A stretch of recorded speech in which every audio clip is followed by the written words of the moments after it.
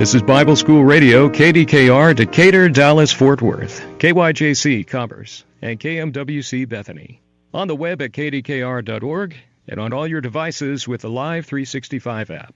Portions of KDKR programming do not necessarily reflect the views of this station, its management, or staff. Prudent Money with Bob Brooks is sponsored by the Prudent Money Foundation on 91.3. Well, are student loan borrowers all of a sudden in trouble again?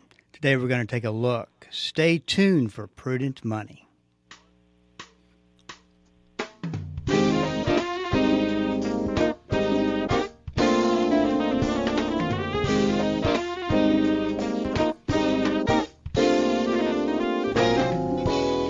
Good afternoon. This is Bob Brooks, and you are listening to the Prudent Money Radio Show. Thank you so much for joining me today. You know I do appreciate it. Well, are student loan borrowers in trouble once again? College admissions expert John Hupalo is here to give us some detail. Hey, John, welcome to the program. Bob, great to be with you. Good afternoon. So let's talk, before we get started, let's talk a little bit about your webinar that you recently produced for parents and students. How did all that go? Oh, Bob, it was really great. We had a really engaged group, and I had two terrific co-hosts with me. One is Robert Farrington. He has a site called thecollegeinvestor.com, and a woman named Crystal Tate, who has crystal clear college planning. And what I love about it is that they have the boots on the ground. They're talking to families day in and day out about what confuses them, where the anxiety is. And we had a really great session with a lot of terrific folks. And there is a recording up at mycollegecorner.com if your listeners missed it and they want to get the benefit of that great conversation we had. So I'm sitting here thinking of all the things that you could cover. And, you know, you probably only had about an hour. What were some of the main points that you hit on? Yeah, you're right, Bob. We only had an hour, and I think we could have talked for 2. Easily. Well, so the number one point that I wanted to get across, because as you know, you fill out the FAFSA yourself for your boys, and there are other listeners who are doing that. It's an anxiety-producing exercise no matter what. And the reality is, because of what happened last year around the whole train wreck of the FAFSA rollout, this year's class was sort of conditioned to think this is going to be a complete fiasco. And the truth of the matter is it hasn't been. For most of those who are filing now, the process has been definitely smoothed out. The goal of the FAFSA Simplification Act to actually reduce the number of questions, reduce the time it takes, make it easier by using the IRS upload. I think all of that is really starting to come to play, and this class, and hopefully you've done it already for your sons, you had a better experience this year than last time. So the overriding message is the process seems to be better. I can talk for a minute about what's still confusing folks, but I'm really glad to hear that they seem to iron the bugs out of that what was an awful system last year. You know, you talked about one of your co-hosts. You said the name of his his website was an investor something, and I just got to thinking, would we attack this differently as parents if we looked at it as an investment versus just going to college? Yeah, great focus, Bob. Robert Farrington's site is called The College Investor. He fancies himself to be the millennial money manager. And the reality is, I'm sure you see it with your audience and others, but people are consuming information in different ways these days. And the point you just made is one of the points that we got to toward the end of the webinar, where we talked about purchasing college just like any other purchase. You're a consumer, and the good that you're buying here is a college education for your son or your daughter. So there's a lot to what you just said about how people are changing their behavior about how they're choosing a college. And I hope, and I'm starting to think, that more and more are starting to put that question of, can we afford it, at the top of the list. The three, we've talked about this in shows in the past, there are 3 parts of a good college fit. One is a really great academic fit so that the student's adequately challenged but not over their head and not bored. The second is a good social fit so they feel that they're going to be comfortable on that particular college campus. And those are the two things the school counselors in the high schools talk a lot about. What they don't talk about is the third leg of the stool that can really put you on your side if you're not careful, and that is, how much is it going to cost, and can we afford it? So we did talk a bunch about that at the end of the webinar, because we all agree that the FAFSA form, which is that first entry into the financial aid process, is really key to helping a consumer, a parent, a student, understand what they're going to buy, the college education. You know, when you start to invest, you look at the long term and what you're trying to achieve. And I was just thinking about with college, if we're all about going to a major school, having a great time, living life, and going to college, that's one avenue. And I think that people don't realize is that there's a lot of ways that you can put all that the pieces of the puzzle together to make something affordable, to where it is you can achieve your objective, which is not to go have a great time, but to get an education. Yeah, no question. I think by default, going away from home and being with peers, you're going to have a good time, right? The question is, how are you going to focus that? And your point is, how much is it actually going to cost? One of the things we talked about in the webinar is that there's this idea that an in-state school will be less expensive for all students. And that's really just not true. It really depends on the situation, the financial situation that a family has, which out-of-state schools they might pick, because sometimes, and I'm going to say oftentimes, out-of-state schools, particularly the private schools, will have endowments and other financial aid opportunities to attract students that are coming into their state that they're not providing to in-state students. Or on the other side of that, it's an in-state, meaning a public college, where the funding comes through the legislature or through the state government, and they really just don't have the opportunity or the money to offer a lot of financial aid. So that idea that if I go to an in-state public school, it's going to be less expensive than an out-of-state private school, that may or may not be true. But just thinking about it that way, saying, okay, I'm going to be a consumer of this education, what's the cost going to be, knowing that it might be cheaper to actually go away, is sometimes really a mind-opening exercise for a family. Well, the most important thing that you can do, and you've taught me this throughout the years, is you got to get an education. You got to learn how the system works and how to make good decisions. And you're not making good decisions if you don't go to mycollegecorner.com. That's John's website. He's very humble about it, but I will say that it's a phenomenal website that is just loaded with information that just doesn't cost you anything. It's all free, and you can go to the website and you can go and get it and take a look at the webinar that they just did. So once again, that's it, mycollegecorner.com. Well, here's the thing, John, is that the Joe Biden school student loan debt stories are probably quickly going away, but we still have some of it to talk about. They had the year that they were going to let go by to where you didn't have to make a payment. You're going to be okay. You weren't going to be punished. And of course, that was on top of, what was it, March 2020? That's right. Yeah, March 2020. 3.5 years. So right. Student loans, student borrowers have been going a long time probably without making a payment, even though it would have been in their best interest to make a payment. And now they're talking about, saw an article that states that they're already worried about students being behind and getting into going into default. Talk a little bit about what's happening. Yeah, Bob, this is potentially a ticking time bomb, because your recollection of all this is just right. March 2020, all the stress around pandemic, the Biden administration got the Congress to agree to what was supposed to be a 3 or 6 month pause in payments, so that students wouldn't have to make that payment while the pandemic was right at the outset. Well, Fast forward 2.5 years, and that pause stopped. And the government and the Biden administration said, well, we people now are conditioned not to pay on their student loans, despite your good point that it would have made a lot of sense to actually make those payments when there was a zero interest rate. You would have just been paying down the principal right off the top. There was also a lot of discussion at that time period with the politicians talking about total loan forgiveness.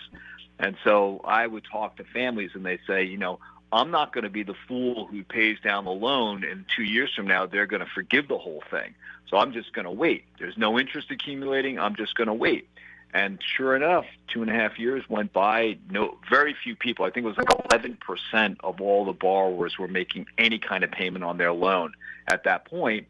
And so fast forward 2.5 years, and the Biden administration says, well, we're going to have to end this party sooner or later. So starting October 1 of 2023, we're going to start asking people. We're going to not ask. We're going to tell them they're going to start making their payments again. But we're going to give them 1 year of basically grace so that if they don't make the payments, we're not going to report those delinquencies to the credit bureaus. So this is where it starts to get a little complicated. And I'll try to stay as high as I can, but at a really high and important level, the way a FICO score or any other credit score is determined is based in part on making timely payments. There are other attributes as well, but making timely payments is a big part of that. So the Biden administration said, look, these borrowers, they're not used to making payments. We don't want to penalize them. Let's let them ramp up. So they call it the on-ramp, pretty cute. They're going to on-ramp for 1 year.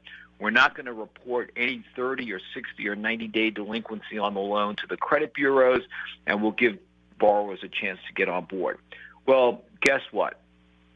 Only about 47%, so call half of the borrowers, actually made payments from that period of October 23 through 24. So we got to this point, October 1 of 2024, the on-ramp closed. Now the government's saying, okay, starting in 90 days from now, which is January 1 basically, if you haven't made payment on your student loan, we're going to start reporting you to the credit bureau.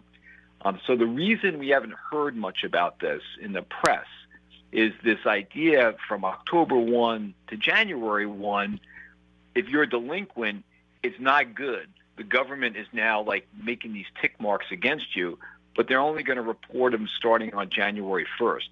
So I think what we're going to see early next year, 2025, is we're going to see how many of those borrowers didn't make any of those payments in that period, and then they're going to have a 90-day delinquency on their credit profile. And that's just in the softest way of saying it's not good. The worst way, the other side, is say it could be catastrophically bad for some folks because a 90-day delinquency, Bob, stays on your credit report for 7 years. And it can take your credit score down by as much as there are estimates, and so I don't want to throw it too big, but I'm going to just say in sort of 50 to 100 point reduction in a credit score is what I've been reading about, and it's a lot closer to 100. Depends on the borrower and a lot of things, but so that means let's just say I was rolling along and I was a student and everything was looking good, and I was checking my FICO score, and I think you can do it. It's called freefico.com or something like that. They have to give you your credit score. So you go there and say, oh, I've got a 725 credit score. That's pretty good. Well, if you don't make those payments, you're going to find your credit score way under 700, maybe as low as 625, a 100-point reduction overnight, and that's going to put a noose around the ability to get further credit on. It's going to tighten it up really hard. So I think there is a little bit of a ticking time bomb here. I usually, frankly, discount this ticking time bomb thing, but the more I thought about it, with a good 25% of people making no payments at all during that last on-ramp, they're not making the payments now. I think we could see a pretty big increase in the 90-day delinquencies. Yeah, I don't know how I feel about that as far as the way that they set that up. I wasn't aware of. I thought September everything was a go that you had to start paying. I didn't realize. So are you saying that they tacked on another 90 days? And as long as you were paid up for those 3 months, then you're not late. You're not going to be defaulted. Is that what you're saying? Yeah, what I'm saying is that when you're required to start making your payment, I think it was October 1 or September 1, whatever when that was. It was October 1st. October 1st, so right. If you from October 1st forward, if you don't make a payment, they're going to start to report you to the credit bureaus. So I have the month of October, November, and December. So that gets me 90 days to about January 1st. Oh, okay. If I haven't made a payment, that's when I'm going to get. They're going to report me to the credit bureau early in January, and that's when all the bad stuff's going to happen, right? The credit score is going to go down. Could turn all kinds of things happen that are really negative for a borrower. So I think that there could be a problem like early in 2025 for folks who decided, they weren't going to pay, and they're going to let the government come after them. So let's talk a little bit about what that looks like, because that's something you and I have never discussed. When you go into a situation where you've defaulted, which is worst case scenario, you defaulted on your student loans, what does the collection process look like in that particular scenario? Because if you use third-party debt collectors, it's they get threatened and really a bunch of things happen that makes it a horrible process. But what about in student loans? Yeah, again, this is one of the places where the government has tried to protect the borrower, thinking that this is a 20-something, early 20-something person who doesn't really have a job, and so they need some help, and so they break some protections in. And one of the protections is that unlike almost any other consumer debt, any other loan, this loan actually doesn't default until 270 days after the first delinquency. So that means if it's October 1 is when I was supposed to start paying, I have all the way until next June before I get into beginning of July before I'm actually defaulted. But once you default on a student loan, it can get pretty difficult really fast. So yes, you could be turned over to a collection agency, but also the government has power that like a credit card company doesn't have. And part of the power they have is that if there's a judgment against you, they can actually go and garnish your wages. They can put a hold on some of your Social Security payments that are being made. There are some states that will allow licenses to not be renewed. And when I say licenses, I'm talking about like doctor's licenses, not maybe my driver's license, but I'm really thinking more about professional licenses where they won't allow them to be renewed because there's an outstanding debt against that the owner of that license, whoever happens to be the doctor or lawyer or whoever it happens to be. So there are a whole bunch of things that really can cascade really quickly against the borrower. And when I say really quickly, Bob, I mean after that 270-day default.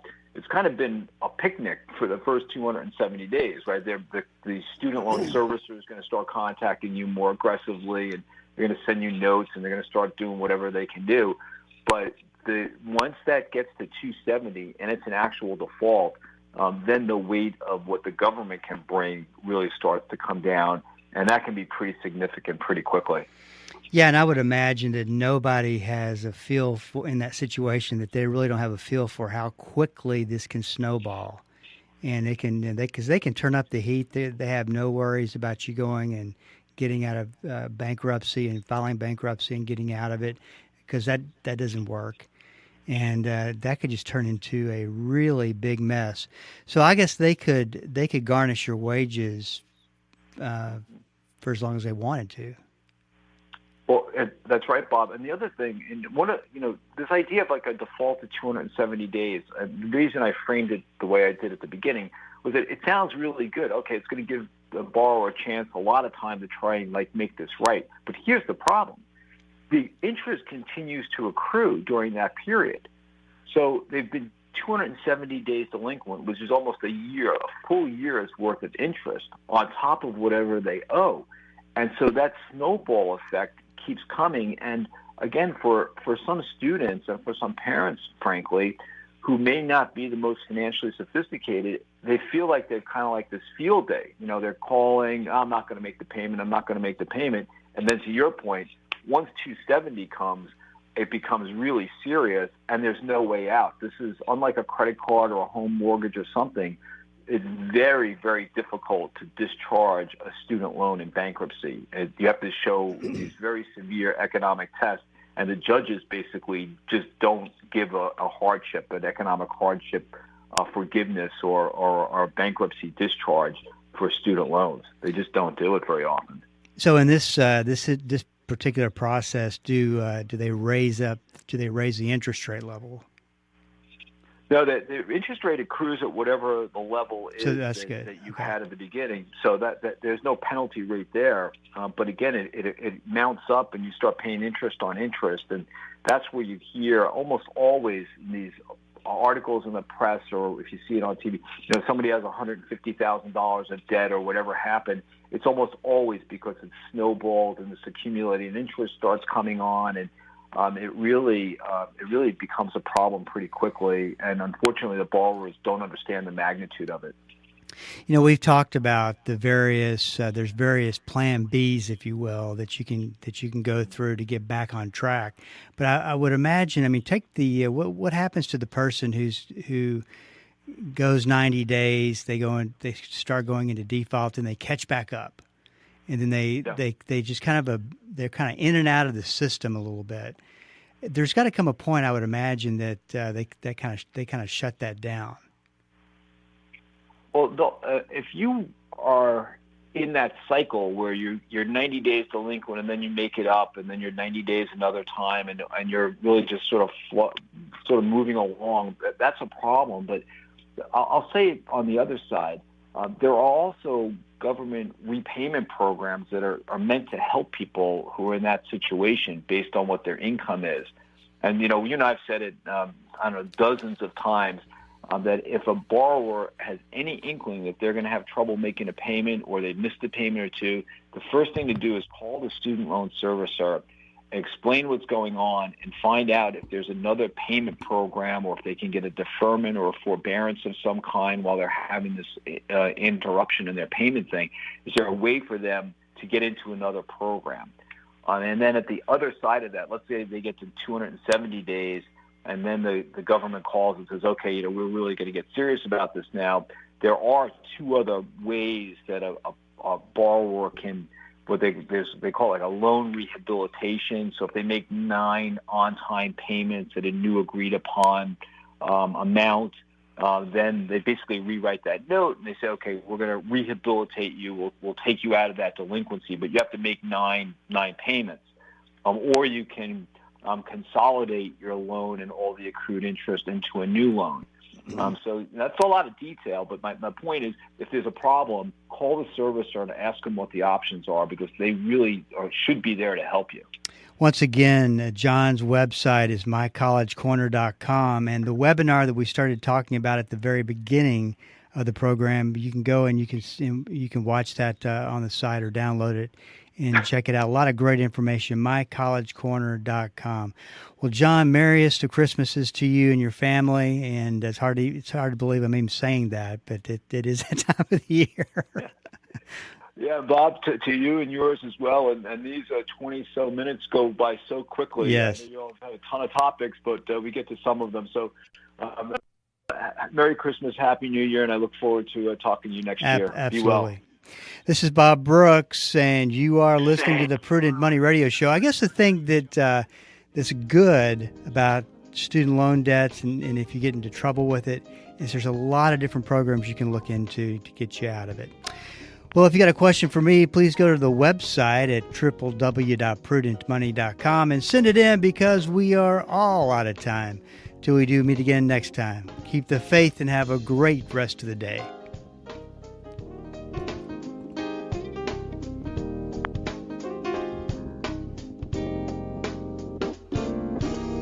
That's all the time we have for today. Questions or comments for Bob, or to find out more great information like what you've just heard, visit www.prudentmoney.com. Be sure to join Bob Brooks again for the next edition of Prudent Money.